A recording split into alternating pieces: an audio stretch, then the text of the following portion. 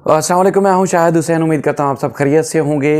इस वीडियो में बहुत सारी चीज़ें लानी हैं, बहुत सारी चीज़ें आपके सामने रखनी हैं, जिसमें डॉक्टर साहिबा ने जो मेहदी कादमी साहब के घर गई, 3 बार उनके घर पे गई और तीनों बार उन्होंने क्या कुछ किया, क्या लेके आई, क्या लेके गई और उसके साथ साथ उन्होंने क्या बातें की, उसकी तकरीबन कोशिश करूँगा कि मुकम्मल तफसीलात आपके सामने रखूँ। लेकिन फुटेज जो मैंने आपसे पहले भी कहा था कमिटमेंट के आने जाने की, उनकी CCTV फुटेज मौजूद है, जिसमें उनका एक दावा था कि मेहदी कादमी साहब के जब वो पहली बार घर गई तो उन्होंने 5,000 रुपये दिए और उसके बाद फिर उन्होंने सूट भी दिया। तो आने जाने की उनकी तमाम तफसीलात, और हाई कोर्ट में यानी कि मेहदी कादमी साहब के ऊपर उन्होंने इल्ज़ाम आयद किया कि 1 सूट दिया और हाई कोर्ट में जो पार्सल जमा कराए गए, जो पेश किए उन्होंने, वो 2 दिए। अब कौन से वाला मेहदी कादमी साहब ने दिया था और किस तरह मेहदी कादमी साहब ने दिया था, वो CCTV फुटेज से आपको क्लियर हो जाएगा। आने जाने की वीडियो से आप खुद भी जूम करके देखना चाहें तो क्लियर वो हो जाएगा। लेकिन हाई कोर्ट के अंदर फूड पांडे के जो पार्सल था या पैकिंग का जो पेज था, उसके अंदर वो लिपटे हुए थे। एक वो वापस हाथ ले गई ज़बरदस्ती छीन के अदालत के हमले से, और उसके बाद फिर एक जो है वो महकमा सेहत को वापस कर दिया गया था। इसके अलावा बहुत सारे लोगों ने एक ठेका लिया हुआ है लोगों को गुमराह करने का। वो ख़ुद तो शायद नफसियाती मरीज़ हैं, जहनी मरीज़ हैं। उनकी कोशिश है कि लोगों को गुमराह करें, बड़े बड़े ख्वाब दिखाते हैं, दावे करते हैं, और हमेशा उनकी एक एक चीज़ झूठ और गलत साबित हुई। और अच्छा, उनकी फिर लगी लिपटी या झूठी और जो एक गलत बातें हैं, गुमराह कौन करने वाली बातें हैं, उन बातों में लोग आ भी जाते हैं और फिर वो उन बातों पे यकीन भी कर लेते हैं। मैंने कई लोग जो हैं वो मुसलसल बहस करने में लगे हुए हैं कि बच्ची की वो राइटिंग है और बच्ची ने खुद लिख दिया और ये कर दिया वो कर दिया। वो सारी चीज़ें रिकॉर्ड पर मौजूद हैं, कहीं दफन नहीं होंगी, कहीं हज़म नहीं होंगी। उससे पहले जो लोगों ने दावे किए, वो दावे भी ज़रा खुद देख लें कि एक तरफ दावा किया जाता है कि बच्ची तो अनपढ़ थी, डॉक्टर जी ज़हीर जो है वो डॉक्टर बन रहा था, और उसके बाद फिर बच्ची को तो ना लिखना आता है ना पढ़ना आता है, और फिर अब कह रहे हैं कि बच्ची ने इतना बड़ा कुछ लिख दिया। वो बड़ा हैरान कौन है। लेकिन मैं उसका पोस्टमार्टम करता हूँ, वो आपको बताता हूँ। देखिए जी, मुख्तलिफ़ औकात में बच्ची के स्टेटमेंट या बच्ची के दस्तखत या अंगूठे के जो निशानात हैं, वो एक दफ़ा नहीं कई दफ़ा हमने देखे हैं मुख्तलिफ़ अदालतों में आते हुए और जाते हुए, और जो सबमिट किए गए हैं वो सारी तफसीलात हमने खुद देखी है। आप लोग अगर कुछ लोगों के गुमराह कुन वीडियोज़ में आके अगर लोगों को गुमराह करेंगे या फिर एक अपने माइंड में एक स्टांस बना लेंगे, वो हरगिज़ वो नहीं होगा जो लोग आप गुमराह करते हैं आपको। मैं पहले भी कह चुका हूँ कि अगर कोई फ़ाइट कर रहा है या इस फाइट में या इस एहतजाज में मेहदी कादमी साहब को या जिब्रान नासिर के मौक़िफ़ को सपोर्ट कर रहा है, तो उसका सिर्फ़ और सिर्फ मकसद ये है कि एक तो ये है कि मासूम बच्ची उनकी वापस उनको मिले, दीगर बच्चियों का जो है वो उनको सेव किया जा सके, और दूसरा ये है कि कवानीन उनको इजाज़त देते हैं तभी तो वो फ़ाइट कर रहे हैं। अगर किसी कानून में कम उम्र बच्ची का अगवा करना या उसकी मुबैना तौर पर शादी कर लेने की इजाज़त नामा ना होता या इजाज़त होती, तो फिर मेहदी कादमी या जिब्रान नासिर अदालतों में कैसे जाते हैं? यानी कि अगर 18 साल से ज़्यादा उम्र की बच्चियों को अगर कोई भगा के ले जाता है, उसको अगवा करके ले जाता है या ज़बरदस्ती जाके शादी कर लेता है, या बच्ची की अपनी रजामंदगी भी होती है, तो उसमें बच्ची अगर चली जाती है, लड़की अगर कोई चली जाती है, तो उसको किसी कानूनी फोरम पर चैलेंज नहीं किया जा सकता। अगर चैलेंज किया भी जाएगा तो बच्ची आके स्टेटमेंट देती है, लड़की आके स्टेटमेंट देती है कि मैंने अपनी मर्ज़ी से किया, तो उसका बयान वो काबिल कबूल होता है। लेकिन माइनर अगर कोई बच्ची है, 18 साल से कम उम्र उस बच्ची है, तो उसका बयान वो काबिल कबूल नहीं है। तो इसलिए तो वो फ़ाइट कर रहे हैं, इसलिए हम अदालतें उनका केस सुन रही हैं, और अदालतें उनका केस चूँकि सुन रही हैं तो इसलिए हम रिपोर्ट कर रहे हैं। अगर ये चीज़ें अदालतें मना कर देती और ये केस बनता ही नहीं है, तो यकीनी तौर पर ये केस अब तक रिपोर्ट ना हो रहा होता, इस अंदाज से रिपोर्ट ना हो रहा होता। बाकी देखें, मैं किसी की खबरों पे या किसी की वीडियो सुन के या मैं जो सुनी सुनाई बातों के ऊपर चीज़ें रिपोर्ट नहीं करता। मैं खुद देखता हूँ, वहाँ ग्राउंड पे खड़ा होता हूँ और हर चीज़ वो देखता हूँ जो इस केस से रेलिवेंट या दीगर केसेस से मुतालिक जो चीज़ें हो रही होती हैं, मैं वो रिपोर्ट करता हूँ। सिर्फ ये काम नहीं सिर्फ इस केस को रिपोर्ट करने का। अच्छा, मैं वीडियो चूँकि लंबी ना हो, क्योंकि वो मैंने तमाम जो चीज़ें हैं उनको ज्वाइंट किया है। आज सिर्फ और सिर्फ फोकस जो था CCTV फुटेज का था। लेकिन एक बात चलते चलते कि जो 7 पेजेस की हाथ से लिखी हुई आपने रिपोर्ट देखी है, जिस पर लोग दावा करेंगे डॉक्टर साहिबा, डॉक्टर फातिमा ने रिपोर्ट लिखी है, उसकी राइटिंग और ज़रा बच्ची का जो ये राइटिंग है, जो बच्ची का कहा गया है कि दावा किया जा रहा है कि बच्ची की राइटिंग है, ज़रा उसको मैच करके देख लें। वो भी हाथ से लिखी गई है, वो भी हाथ से लिखी गई है।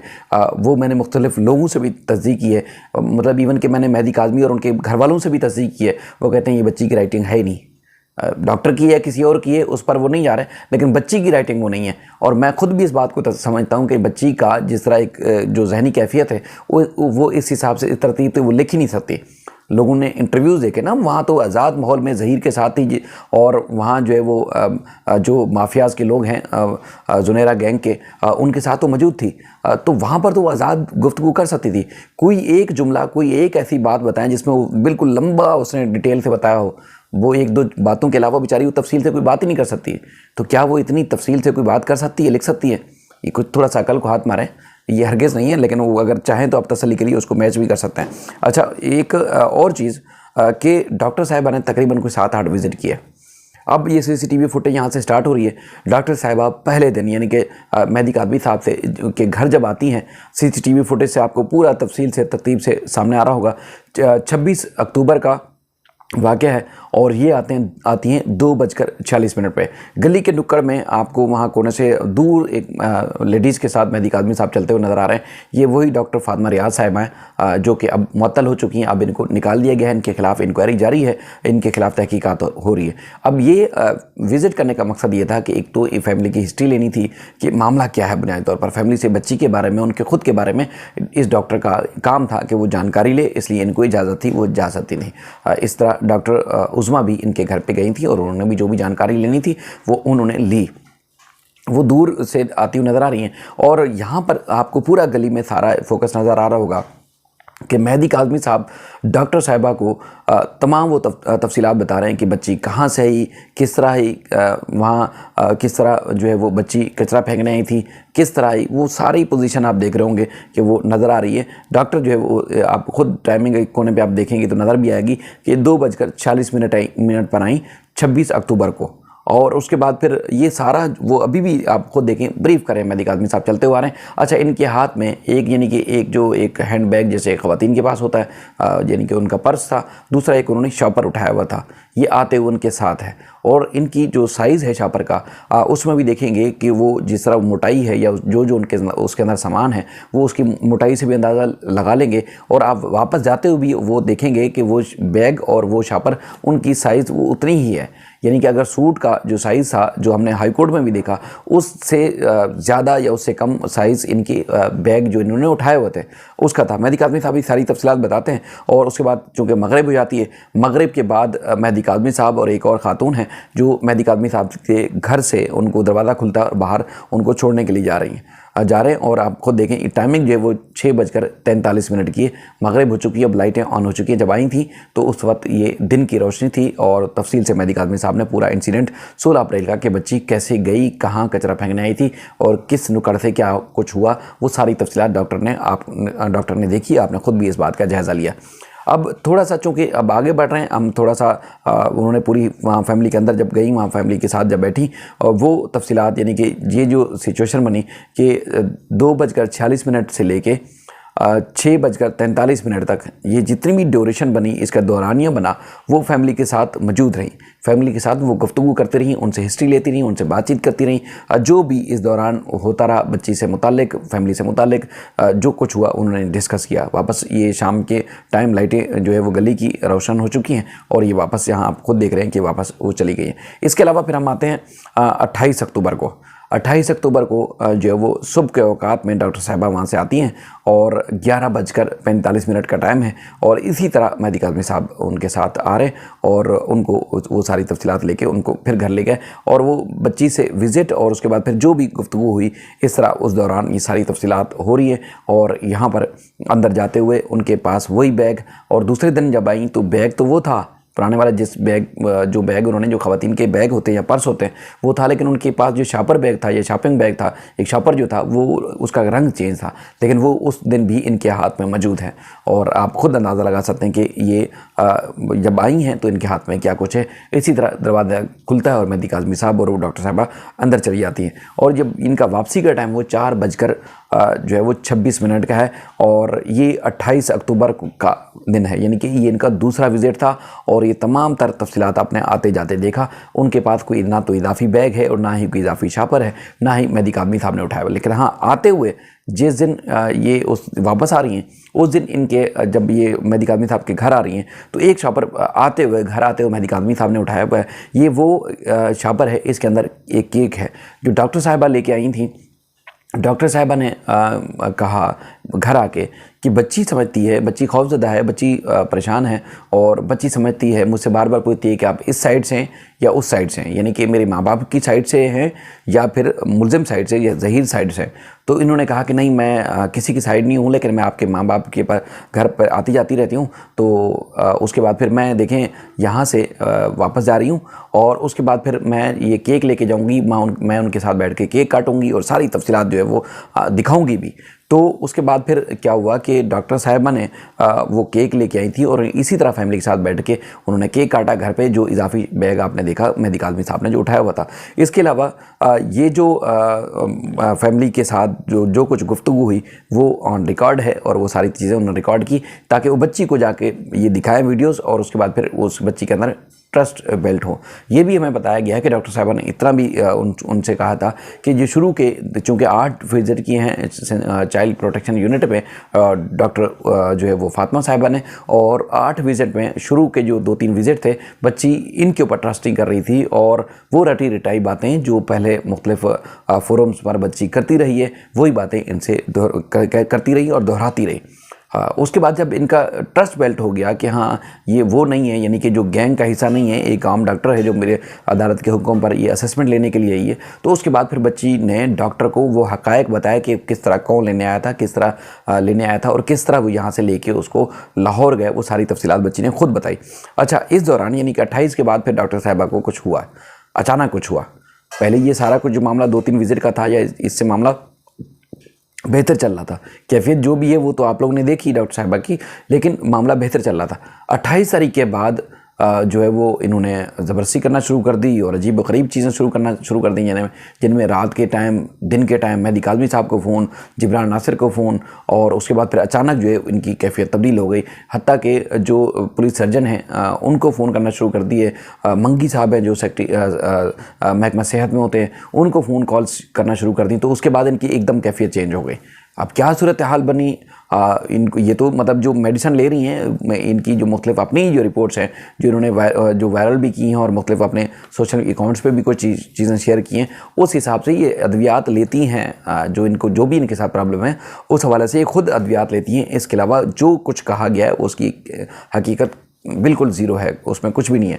उसके बाद फिर ये 29 तारीख की आप CCTV फुटेज आप देखें, 29 तारीख का जो मामला है ये ना इन्होंने बताया और ना ही जो है वो इन्होंने कोई बात की, और उसके बाद फिर अचानक ये आती हैं और उसके बाद फिर ये दरवाज़ा भी नहीं खोला गया और अचानक घर के अंदर घुस जाती हैं और वहाँ जो है बड़ा अजीब व गरीब सी सूरत हाल करती हैं। और उसके बाद फिर वहाँ से वापस जाते हुए आप खुद देखें कि वो एक फ़ाइल और एक पेपर इन्होंने उठाया हुआ है और उसके बाद फिर यहाँ से चलती बनी। उसके बाद फिर सीधी जिब्रान नासिर के घर गई, वहाँ पर भी इन्होंने हंगामा किया।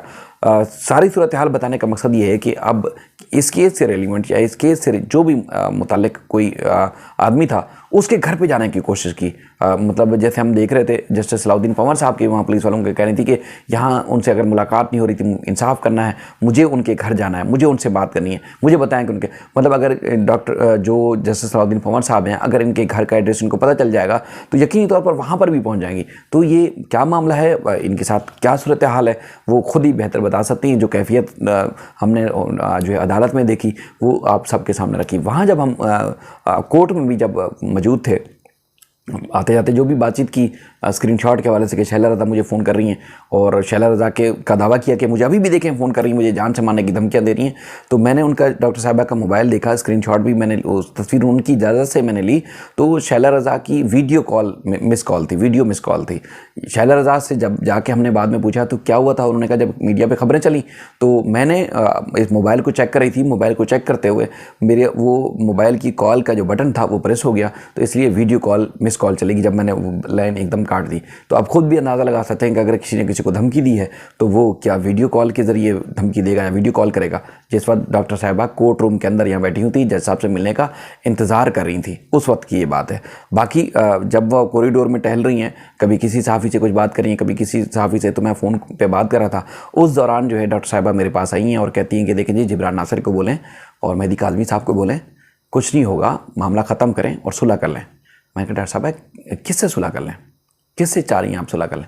नहीं, उनको बोलें, समझा दें कि देखें इन चीज़ों का कोई फ़ायदा नहीं है, सब कुछ ख़त्म हो जाएगा, सब ये हो जाएगा, वो हो जाएगा, इनको बोलें कि सुलह कर लें। मैंने कहा आप बताएं तो सही, सुलह करनी कैसे है, ये तो बताएं, मैं उनसे कहता हूँ आप जाके, लेकिन आप तो बताएं सुलह कैसे करनी है। बस मैं उनसे आपसे कह रही हूँ ना, उनको जाके बोलें कि सुलह कर लें, इन चीज़ों में कुछ नहीं रखा। तो बहरहाल उन्होंने बताया नहीं कि वो किससे कह रही थी कि सुलह कर लें। अब मामला ये है कि उनको हटा दिया गया है, अब तहकीकात उनके बारे में जारी है। लेकिन एक बात, जब हम वहाँ कल भी जब वहाँ मौजूद थे तो उस दौरान और भी साफ़ी मौजूद थे। मेरे एक और सीनियर दोस्त हैं असगर उमर साहब, जो कि बड़े पाकिस्तान के चैनल में होते हैं, उनके सामने जो है किसी साहब को कॉल मिलाई हुई थी और उनको फरमा रही थी कि देखें जी मुझे निकाल दिया, और वो कहते हैं कि आपकी जो FCPS का जो लाइसेंस है वो जाली है, और देखें सर मुझे महकमा सेहत वालों ने निकाल दिया है और वो मेरे खिलाफ इंक्वायरी कर रहे हैं। तो आगे से उन्होंने जो कुछ भी कहा तो उसका जवाब ये था कि देखिए जी सर मैंने कोई ब्लेंडर नहीं मारा। तो यकीनी तौर पर उन्होंने कोई ब्लेंडर वाली बात की होगी कि वो वीडियो रिलीज़ की, आपने कोई वीडियो गुफ्तगू की या ये किया वो किया, तो आगे से वो डांट रहे थे। तो ये आगे सफाइयाँ पेश करी थी, देखें सर मैंने कोई ब्लेंडर नहीं मारा, सर मैंने कुछ नहीं किया, ये वो। लेकिन उस दौरान भी ये कोर्ट में हंगामा था, यानी कि हंगामा बरपा था। तो बहरहाल सूरत हाल ये है जो आपने देखी। उम्मीद करते हैं कि अल्लाह ताला उनकी भी हिफाजत फरमाए, उनको भी सेहत याब कराए। लेकिन उसके बाद ये सारे बीच में जब सीन क्रिएट होते हैं तो एक केस पॉजिटिव वे में चल रहा होता है, वो अचानक फिर वो केस को रुख तब्दील करने की कोशिश की जाती है। और जो गैंग के लोग हैं जो इस ताक में बैठे होते हैं, इस सोच में बैठे होते हैं, इस कोशिश में होते हैं कि फौरी तौर पर जो है वो इस केस पर असरअंदाज हुआ जाए और उसको नई लाइन या नया रुख दिया जाए। मैं दावे से कह रहा हूँ कि ना बच्ची कहीं जाएगी, मुजरिमानों को भी ज़रूर सज़ा होगी, लेकिन बीच में ये जो चीज़ें हो जाती हैं वो ये हमारे सिस्टम की कमज़ोरी है। अगर हमारे जो हुक्मरान हैं, हमारे जो सरकारी इदारे हैं, उनके अंदर एहसास ज़िम्मेदारी होता तो यकीनी तौर पर इस तरह की चीज़ें हो रही हैं ये कभी भी ना होती और बच्चियाँ भी महफूज रहती, बल्कि आम शहरी भी यहाँ महफूज रहते और कभी गफलत लापरवाही का कभी सोच भी नहीं सकता था। बहरहाल ये गफलत लापरवाही जो डॉक्टर साहब वाला एपिसोड हुआ है वो महकमा सेहत की गफलत लापरवाही है।